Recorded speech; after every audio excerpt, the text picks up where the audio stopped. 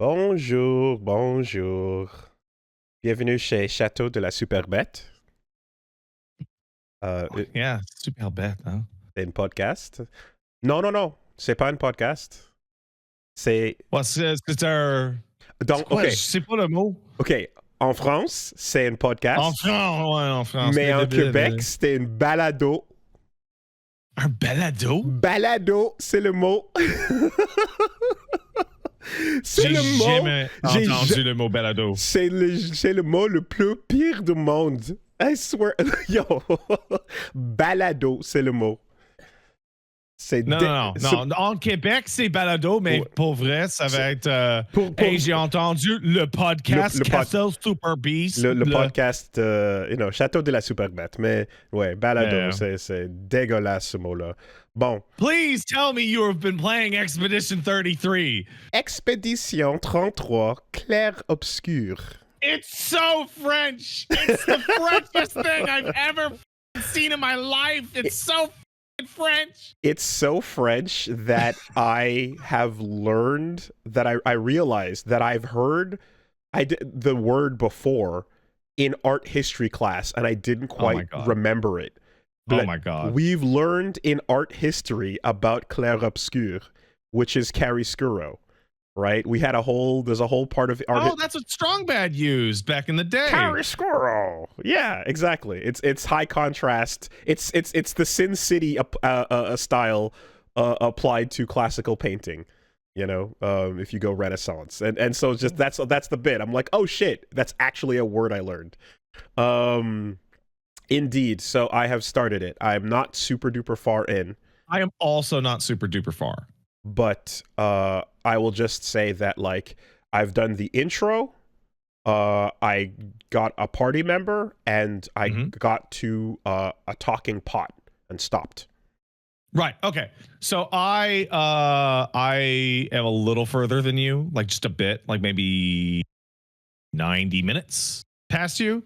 I got to the end of the preview portion that they sent out a while ago. Mm-hmm. So like when I finished my stream last night, I was finally at like new stuff, though they didn't have the prologue in the preview content. And like I don't know where to go for this or here. So it's incredible. It's highly excellent, fantastic. It is RPG. It is insanely quality. It is shockingly good, and art design, tone, performance, theme, music. Okay, so I've been waiting a long time to say this, and I saw it with the trailers, and the eyebrow was raised, and then friends sent me messages about it, going, you should take a look, and I take a look, and I am seeing the most immaculately Lost Odyssey shit I've seen. It's Lost Odyssey coded in decades, and that makes me so happy because I was talking to Gene about this, and he pointed out that it has like 360 game vibes on it. Right. So in particular, like Lost Odyssey, like the fact that it's like, okay, you're getting a very you're getting a realistic but stylized art style, you know? The characters are fairly realistic in their portrayal, and the world is fantastical, and the designs of everything around you. You can't possibly turn your head in a direction that doesn't look like an artist came up with. There's no normal shit anywhere. There's nothing, nothing normal. And then as you're walking talking through a pretty limited sort of line, even in the beginning section, and then later when the game actually, when the RPG starts, you're walking in a line. But it's very that is the if you're trading off whatever open-ended generic feeling for a very painterly and designed line, I'm down because once the fight starts, you're playing a really simple and fun RPG. And so one of the best things about Lost Odyssey is that the line is not so right where you're at, the line is going to start to branch a little bit. And what it is, there's a critical path. There's like an incredibly well-defined critical path that is like usually highlighted by like actual lanterns. Okay. Like just old-fashioned light sources. But you'll do like critical path with like a side shortcut, a like a side line area. to a challenge boss so far Right. has been the move. And then a line to like an open area that's like a circle that has this or that or whatever, and it's like a relatively small circle. And the kicker is that at the end of every single little diversion or little open area, there is a path to either a picto, which is really cool and like some kind, it's an upgrade material, it's like your equipment, or a challenge boss. There are so many way tougher than you challenge bosses hidden off the beaten path. Hell yeah. Everywhere. Hell like, yeah. Half the time you go, oh, wonder what's over here. It's like a big motherfucking enemy that will kill everybody in a single strike. In one hit. So you better learn how to parry. But if you are good at defense, you can take on the things that are stronger than you, even if you're not ready for it. And that feels amazing. Right? And just memories of using Kime, running up to something and having the circle close in, right? Yeah. That feeling when you're doing your abilities in this game is fantastic. The music is swelling when different levels, and it feels like different phases at the very least of like the fights I was going through like are layered. I was going through like the water area, and I like there were like 4 different battle themes. Yeah. Right, and like in one of the fights against like a stronger enemy in particular, it felt like when my life got low, the music changed a little bit, or when its life was getting lower, and that final version, which is the soft slow down explosion where you get your level up screen, your everything, your rewards, and then you hit the button. We continue. On continue. It's great, man. And so, to anybody who doesn't know, it's a traditional RPG, like an old fashioned Final Fantasy game, turn based combat, what with Mario Brothers style action commands. And the action commands are all like stellar and fun and well synced up to their animations. The parrying and dodging mechanic feels great. Yep. And you get a massive counter hit if you parry everything. Yeah, so you get like the incentive structure to dodge is to not take damage, obviously, and then that relies on you learning the pattern and the anticipation of what's coming at you, some of which is very Stagger Elden Ring-esque. Oh, God, right? There's an enemy later on that I fought that it shoots out 2 slow tracking projectiles, then goes to swing at you. And it's like swing and then wait and then projectile, even though the projectiles come out way earlier. Interesting. Okay. And it's super tricky. It feels like blocking a mix-up. Yeah, that's great. I love that feeling. And the fact that it's like, okay, you have a generous way to learn the timing with your dodge. However, when you do it, you feel the rhythm for when the parry would be. So and this is like, there's a little ping and there's a little vibration on the controller so that you dodge the swing with a big wide open dodge range, but you hear that exact moment and go, next time you see this attack and it tells you a slow attack is coming, you have the timing to actually parry it. And yeah, all 3 leads to a big crit, big buff on your stuff. It's super good with that. So you're not far enough into it, but there are more action commands than dodge and parry. There's at least a 3rd one. Okay. And like I did something I never ever do when I'm playing a game on stream, and I almost have never done it playing a game in my own time. I beat a couple, and I got maybe 20 minutes after the part you're at, where you get the third party member. I think you're describing. I don't know yet. I'm only 2 so far, but you're only 2. Okay, I got to the point where I got the third party member and went into the options and turned the difficulty from normal to expert. Okay. And it's like I want to be in the fights for longer. I was looking at the description on it and it sounds a bit like that's the move. Yeah, I was waiting to see a little bit, but that was in there. I also did something that I've never done, or that I haven't done in a very long time. I switched the dialogue to French So, And man, I don't know if I want to do that. have you tried it yet? No, because it's Charlie Cox and Jen English and Ben Starr and Andy Serkis. So here's and, so here's what's up. I did both, right? And like I'm setting this up, but ultimately, I did the intro in French to hear the original, how it was, how it was done, and then I switched over to English and I did it again, and they're both great. The English voice acting is stellar. It's really strong, and I feel like if you the one thing that's weird about the French, unfortunately, is that the lip syncing is not made for the French. It was made for the Anglos. It's made for English, which is the main audience, so that makes a ton of sense.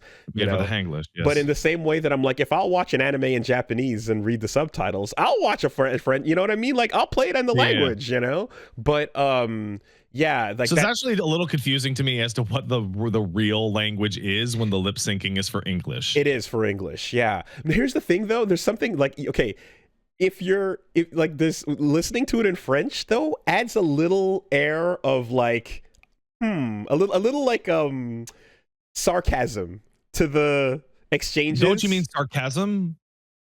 I suppose so, sarcasm. No, mais c'est quelque chose. It's a little bit. There's that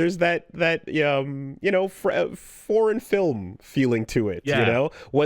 When they say things, they have little lines or whatever, and the way that Gustave says like Maya says something, and he kind of says like Maya, like there's a little bit of a vibe that's a little different in French. Yeah, Charlie Cox is daredeviling all over Gustave.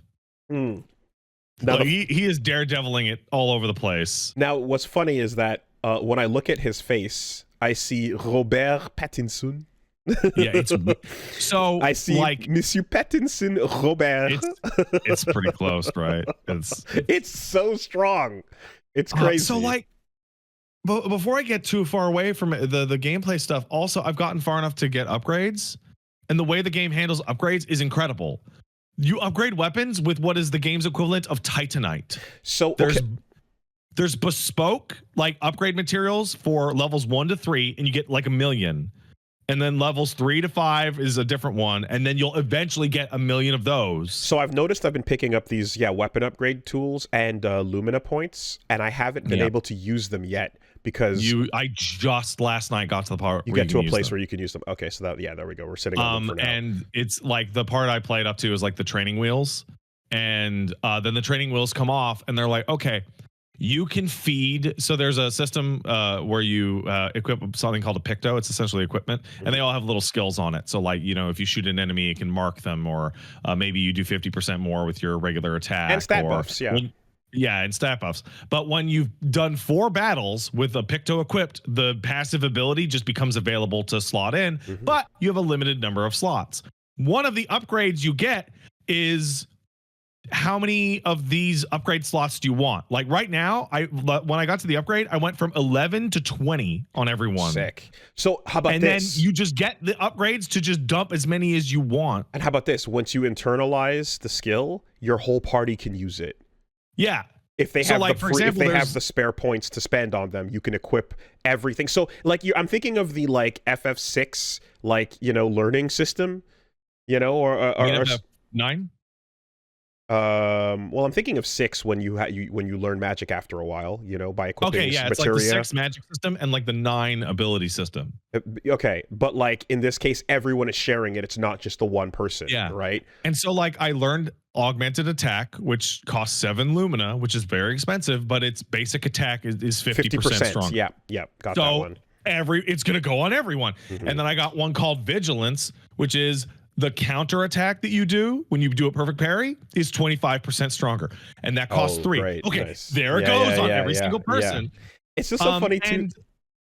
Sorry, it's just like the mixing and matching makes it so easy to build a character out into what you want. So like Gustave, for me, I had a thing where it's like 20% to mark on free aim, 50% chance to burn on free aim, gets an AP back on free aim, and does more damage on free aim. So Gustav would start the fight, and I go bang, bang, bang, bang on every enemy, and they would be burned and marked and shit. And then there were the other two could just clean it up. And it's like, it's so easy and so fast. I learned something. Well, I already knew this about myself, but I'm glad that I can express it in this game. It's like, did you give me a defensive option that is skill-based? Well, I will never spend a single stat point on defense. Well, because that is my fault for getting hit. Woolie. So that's the trick. You get weapons, and weapons have elements, but weapons all scale with random, like different stats. There are weapons that scale with defense. True. There are right. weapons that scale with luck. Right. And that uses the souls thing. Now, luckily, recoat, which is the full respec, you can respec, are plentiful. Nice. I got one so far. So if you want, I've gotten 2 and I used 1, but they start to show up more and more and more. So if you want to just completely redo the whole character because you got the new ice sword, and the ice sword scales with defense and luck, you have now essentially, and you rebuild the character towards that, you have essentially created a brand new character. Like, yeah, that's great. That's great. Like, I knew it was special because it's like, I'm like, I don't care what my life is. Let me learn how to do this properly. And that tutorial fight against Maël, where they're like, do it again if you want. I did it like 5 times, just to get that feeling right. You know. Let me give you a tip. If you're the type of person, Woolie, who's going to just roll up on everything as soon as it's available, and also you're going to be like, I'm going to parry the world. Speed is the best stat. Because if enemies are going to kill you in a single hit, then all that matters is getting more turns. Go first. Yeah, 100%. I went heavy on speed and might, you know, with the character so far. Something else that is fun to take note of is just, you know, when I see that, like, it's a picto that you're equipping. It's a picto, mais c'est un picto, you know? And it's like people are preparing for la gommage. And you know, and like the created words, right? The fictional words that would be our Tetsuzankos and, you know, and so on, are just like these very, not just French, but French sounding words. I love it when you can feel the intense cultural effect of the region something was made in on the thing in question. I like Japanese games that are like, this is a fucking game from Japan. I like Korean games that are like that. I like Polish and German and Brazilian games that are like that. But there aren't many games that are French. Right? And this one feels like it is trying to make up for that as being the Frenchest thing I've ever seen in my life. Not just the setting in displaced Paris, not just the constant use of French, not just the fucking baguette costumes you can unlock for people that are mime outfits, not just the super bosses hiding in the wings that are all fucking mimes. But like the tone and music, the tone starts off with the wistful embers of what could have been, but now will never be ennui. Like it is like French depression. Right. There is you're hearing Amélie Poulain, right, as lines are being dropped like, you two, you look like you're in love. Oh well, we broke up. And it's like, that has nothing. But we are in love. No. We broke up, and the line is later. It's like, that has nothing to do with matters of love. I'm like, that is the Frenchest shit. I'm so sad and French about it. It's like, who cares? That's not what I asked you. I didn't ask you if you broke up. That has nothing to do with love. Yeah, it is. No, and straight up, especially like, you know, I just told you, like, I watched La Haine the other day with Vincent Cassel, and like, that is like, you're watching like rowdy French youth standing on rooftops looking down at like town squares, you know, and the Arc de Triomphe and all that stuff. And like the game starting on rooftops looking down at the street level is also super Paris feeling, you know? Yeah, man. I'm also like it's the writing is so like succinct. There's a lot of so like I'm further than you. There's a lot of like world details that are just not available. Okay. Yeah. Like why is it like this? Yeah. fuck off. But deal with it. But the rule of curiosity with the death game anime setups, where you're like, you don't know why things are the way they are. You're gonna find out, I suppose. But the hooks are in place to be like, go discover what these other expeditions were about, right? Yeah. Go find. But also the little tiny pieces you get that are a part of it, like the part that stood out to me is when you meet the pre-orphans. You meet a batch of kids in the prologue that are going to be orphans tomorrow. Not yet. And they're being like organized into being orphans. It's no, like within the first 10 minutes of the game, like because like Punch Mom came up to ask like, oh, what's this? And I kind of explained it. And I was like, yeah, in 10 minutes it's established like what's happening and like how interesting this setting is. But it's also that deep like, again, Euro ennui away. It's like all I can do is smoke my cigarette and be depressed. Un peu de vin, just a little more wine. Of course, we all need wine to deal with the end. The fact that like, and then you pan the camera around every corner and you're looking at fucking matte paintings, like beautiful, set piece artwork things and such. I love that bit about being unapologetic about like the cultural aspect of it or so. I know that like these days you don't bring it up with no one brings it up with much good to say, but there's parts of Indivisible that I still think are rad as shit. And I liked a lot of like the wearing the cultures on its sleeve parts of that, right? The ability to like and like because I want if this game is being made in a particular location, dial it up to 12. I want to taste that. Dial it up to 12 for me. Like I love playing a game and be like, it's made by Czechs. It is made by Czechs. Like I love it's Was this made in Estonia? It was. It sounds like it is. Yeah. So no, I'm immensely impressed with that. And also, of course, you can see what's going on with like their what they're inspired by, and inspired by freaking Final Fantasy. Inspired by Final Fantasy. Inspired by RPGs, and even like the little menus where you're like zipping around your character from different angles as you're putting the equipment on and stuff. It's awesome. It's really, really cool. I think there's a single detail about the game that shows its inspiration, like not on its sleeve, like on its heart and its whole body.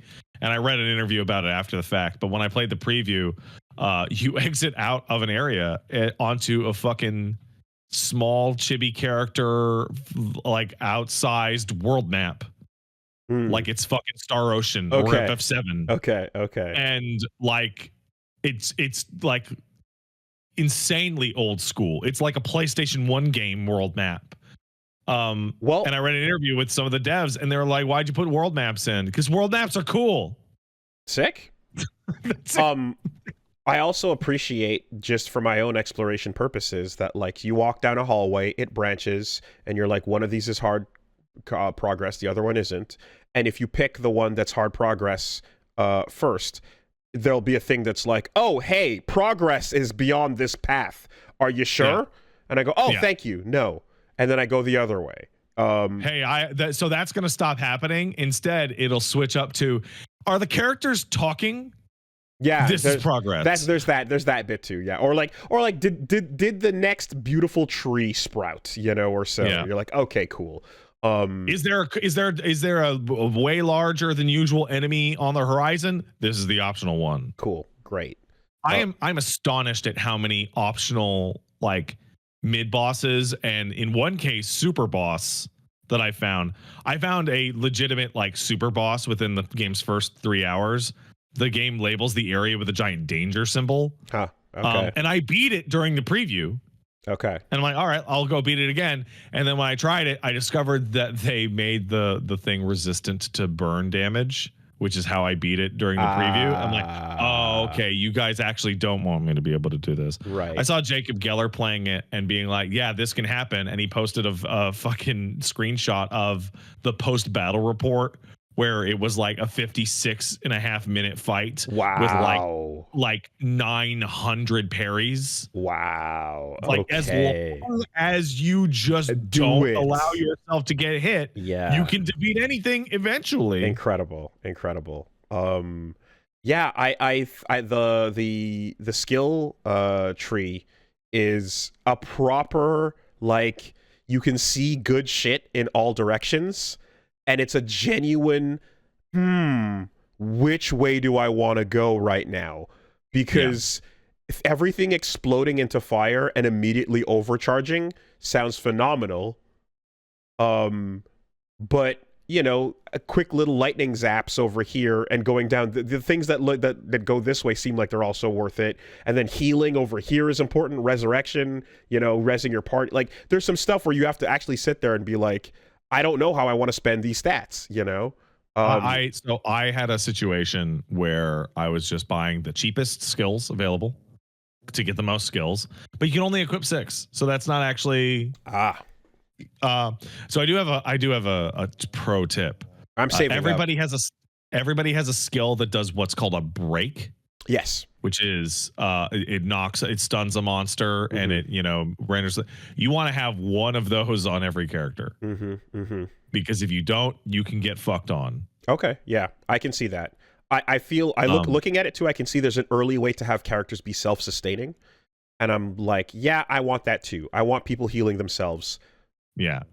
One of the more interesting things that I had to I didn't understand it until someone in chat explained it to me. Have you been using your Estus flasks? Yes, there's Estus flasks. Yes. Have you been? So Estus flasks on the open world, you will get more of them. Like you'll get upgrades to have like 2 or 3. And it's just a full party heal, just straight up. Like, all right, let's go. Have you been using your in-battle Estus flasks? Oh, they're separate. So the consumables that you have, the 3 is you have 3 consumables: a heal, a give AP, and resurrect. That's per battle. Those are per battle. Wow, those are per battle. The 3 are per battle. I didn't realize that. And those are also upgraded. Wow. So like if you upgrade the health potion, it does more, and then it can you can get a picto that causes it to heal statuses. So I noticed upon dying to the super boss or to the hard enemy rather, that you start out right outside of it, looking at it. Right outside. Every time you wanted to do it.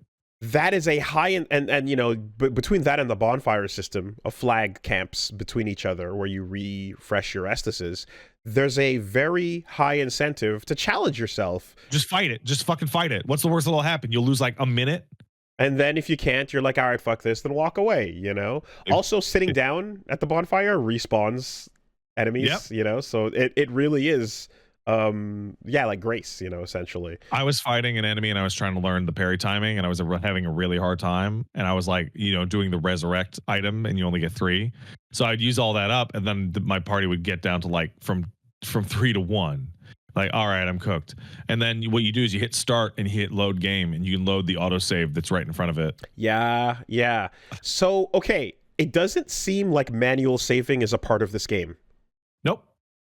Interesting design. Auto saves a rotating list of saves every like 10 feet. Yeah, or like every time you interact with something, it auto saves. Every time you walk into a new area, you know, like it auto saves like a Souls game does. Yeah. Okay. Honestly. So you just like don't even think about saving. Just there will be something a couple steps back from where you were. Don't worry about it. What? Like literally, just don't worry about it. I mean, it's weird because that's not what we're used to. But no, we have hit a point in games where I don't see the problem with that. No. Right? Okay, perhaps if you want to make a major branch from your progress and you want to go back to that point sometime way back. So you don't need to do that. That's the other thing is that once you get to the continent, like the main continent where everything is, you know, it's your RPG world, you'll be able to return to literally everywhere. Oh yeah, no, there's fast teleport travel on the camps as well. But I guess I'm thinking of a you know, I guess the game doesn't have branches that are extreme then, you know? Like if you want to get an item or go a route, or if there's anything in the game that's like, you know, major left or right change, but you can respec and you can travel backwards. So if the game's not going to ask you to really miss out on anything like that, then why even bother? You can miss out on things. Okay. So I missed out on things. So in the prologue, you can unlock a red version of the maiden costume. I got it. Completely missed it. Because completely missed it. Okay, so here's what happened. I hit the end of the prologue, and I went, hold on a minute. What if, because like some people are doing stuff, like there's one person you meet that's like, hey, can you go give this to my kid, right? Right. And I was like, oh, maybe what if that happened behind me somewhere, you know? Mm-hmm. And so I just did a quick run back through the environment, because the intro section is pretty big. It's a fairly large walk. I missed apparently a ton of stuff. Yeah, I went back and I went, oh fuck, I missed a bunch of kids over here. I found the mime. I found like 2 or 3 other interactions with people just standing around, you know? So there's a solid like bunch of people that you can just not walk by and miss the prompt on, you know? Now, it's not the end of the world, because the game is drowning you in costumes and weapons. I already have more than I want or need. Yes, it's true. Yeah. Like, did you get the baguette? I sure did. I have the red outfit. I have the white suit. I have the cool dark one for the gommage. And then I have 3 hairstyles, you know? Yeah. So you could also, switching up your hairstyle is also a bit, so which version? It's really traumatic. But I'm like, which JF that I used to work with do I want to turn this into? Which dude that I used to work with back here, or that I went to college with, do I want to see? Do I want the man bun? Do I want the dude with the side I know that quaff? guy. You know, or maybe the one who has it like all just loose and shaggy. There's a whole lot of French guy haircuts, then you can choose any one of them. You know, in particular, do you want to look like Princess Carolyn's secretary from BoJack? Oh man, you know that guy, the Silicon Valley type. You know, you can go for that type of guy. You know, or the metalhead guy with the Amon Amarth shirt. There's so many variants of French guy, and this has them all. And of course they would know, because that's who made it. You know, of course. I'm astonished in how good it is and how fucking cool it is. Mm-hmm. When like you're hanging with like the main character's hanging with like his girlfriend in the beginning, and I'm looking at like the 2 of them standing there, and I'm just like, I actually know that couple. Yeah, I literally know those 2, and I like with that thing going on, you know, Sophie and Gustave. I'm very, very what I can say too as well, and this is not a flaw, but I can appreciate that like all of this really good vibe I'm getting from the beginning of this game so far is also something where walking around the environment, you can feel the hard limits, you can feel the walls put up. It's real clear where you can go and not go. People are blocking your path, walls and trees and path. Like, it is a tiny little thing that says, this is pretty to look at. You know, there's nothing up there. Don't worry about it. You know, and you're like, this is a small studio making a giant game, so fair enough, right? We don't need to have this big empty thing with nothing going on in it. If I could walk around, enjoy what I'm seeing, and then I can't wait for the next fight. I'm like, more fights. I'm almost like, fucking give me more grunts to swing at. That's why I turned it up to expert. Yeah. Because on normal, the grunt fights are they don't get to have a turn in a lot of cases. And on expert, it's just enough extra health on the enemies that they don't just get alpha striked by your full turn. You know, like they get to do something. You know what it is? It's the scale and pacing of Hellblade. I have a different example. Okay. So this is a French feeling Final Fantasy game. There is a different Final Fantasy game that's actually labeled Final Fantasy that is also obsessed with being French and is also highly linear and has a good battle system, and that game is Final Fantasy 13. The hallways. I've heard about. The difference here is that I was fighting and having a blast with the combat in this game within like 10 minutes. And it allows me to fight up against challenges and like just play my ass off right away. And also, I actually like these characters. Yeah, I does so the reason why I think like why Hellblade comes to mind is because like the fights are like spaced out, and you enter an environment and then you're like, there's the fight, and then I go up that ladder and there's another one, you know? And I certainly hope that like, you know, that thing that happens when, because like Lost Odyssey, for example, you hit that point where you're like, okay, now I'm going through a dungeon and we're RPGing it, and I'm fighting, I'm my way to that boss, and you're gonna get through a whole bunch, and you're gonna have a good long amount of time to get intimately familiar with the system and the way the characters interact and your magic and stuff, you know. So here, like, yeah, if the difficulty going up is one way to have the fights last longer, you know, that'll solve it. But they don't last that much longer. It's not that much harder. It's just harder enough that you're like playing more of the game. Okay, but if you're gonna parry the world, I would recommend actually kicking it up to expert. Well, it's just like, it feels so fun to be in combat in this game. Absolutely, it feels so fun. Yeah. Fucking, like, just again, we're at the beginning, we don't know where this is going, but absolutely incredible job, Sandfall Interactive, so far. Love everything I'm seeing there. And yeah, like the characters individual, like the two characters that I've gotten introduced to so far, they're like the whole like stain system on Loon is like complex enough that is like, oh shit, if everybody has that level of subsystem going on, fuck. Everybody has their own subsystem. Awesome. So it's like Gustav has his overcharge, she has her stain system, the one after that has a stance system. I don't know what the other party members have. Yeah, but like all have like a very in-depth gimmick that you can build around. So like there's versions of Luna that you're like, well, do I want to like build myself up to be a massive debuffer that like I'm all blue, or do I want to build up so that I have white, blue, green, red, and then I nuke? Yeah, there's like, and then you see the interactions where stains on certain things will also like, you can like, well, this is where like Darkest Dungeon synergy comes into play, but one character can mark while another character takes advantage of that mark, you know, or like one character can stack on flame and the other can take advantage, etc., you know, so you start working together in that way.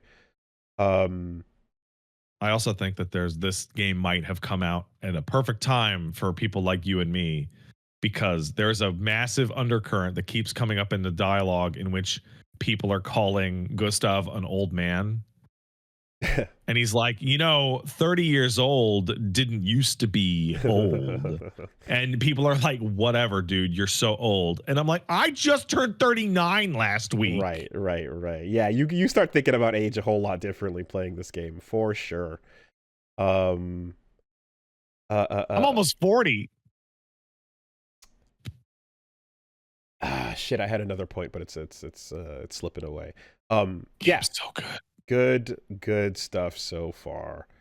I would say this is like one of the games I played this year that is like a definite game of the year contender.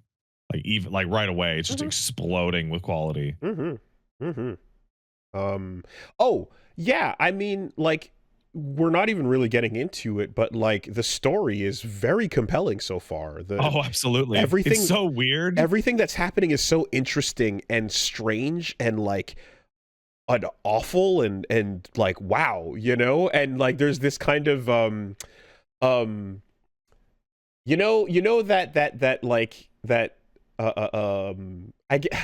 guess to go French with it, it's like, Nazi-occupied France, we soldier on, right? That like in the midst of the hopeless, we keep on marching. Well, yeah, because these people never had a World War I or World War II. It's Paris that got sucked into some dimension in like 1905 or some shit. Some other shit's going down. And then you're right, you have again your death game anime rules that are like, okay, let's figure out why the walls and the titans and the Gantz ball is there, but also literally here's a mysterious key. I got that mysterious key, and I'm like, what the fuck? What did you do with the key? I don't know, but you know what? Getting between that and fucking Souls, giving me a mysterious key is I like it. I feel like of the items I got in the prologue, that's the one that matters. I like having a mysterious key at the beginning of a video game. That is a good feeling. That is a big oh, where's this gonna go? Yeah. I just want to make a quick point that the soundtrack is absolutely unbelievably incredible. It is constantly changing. There's so many tracks. And trying to listen out for those lyrics and trying to hear, you know, as it's switching between English, I'm hearing lyrics going in heavily accented English. Yeah, I'm hearing "Don't Give Up" and then dropping over to "Clair, Obscur." You know, like they're switching languages on you. Would you be surprised to hear that this soundtrack is by game composing amateur? Yes, that their is first game, and that they were found off of SoundCloud. Hey, you look cool. Get in. Okay. Literally, they reached out to somebody posting on SoundCloud that did some good work, and they were like, "Yo, you're awesome. Official. Want to work on a game? You want to do 150 tracks for this big budget RPG? Amazing. Okay. Amazing. Yeah. I would love to know. I'm very curious because like we were talking about, you know, when we saw the trailer and kind of saw the announcement for this, and then we saw the big old baguette, you know, trailer and stuff. I was like, yeah, who is this studio? Like, how many people are they? What scale is this? But it's 84 people and 1 dog. Fantastic. You know, I really do hope that like I like the idea that this this would be double A in today's parlance. This is a double A feeling game, and I need more of this exact scale where I can feel this exact thing. I can feel the limits, right? And I don't know how long the game is, but you can tell that it's like it's gonna be, you know, shyer than an Atlas game. So it's 30 to 60, and that is dependent on how much you want to give it. Excellent. So Gene was in my stream the other night, and he's beaten it. And of note is that he's like, no, I'm building up my characters right now to fight other stuff in, you know, the end game or what have you. I like those numbers. I like that. That's great. So 60 for us. 100, yeah, that's great. That's totally fine. Fucking recommend. Go take it. Go get it. And like, yeah, and I specifically want this scale of game to succeed. I want double A absolutely to be a thing. So I'm heavy pushing Clair, Obscur, Expédition 33.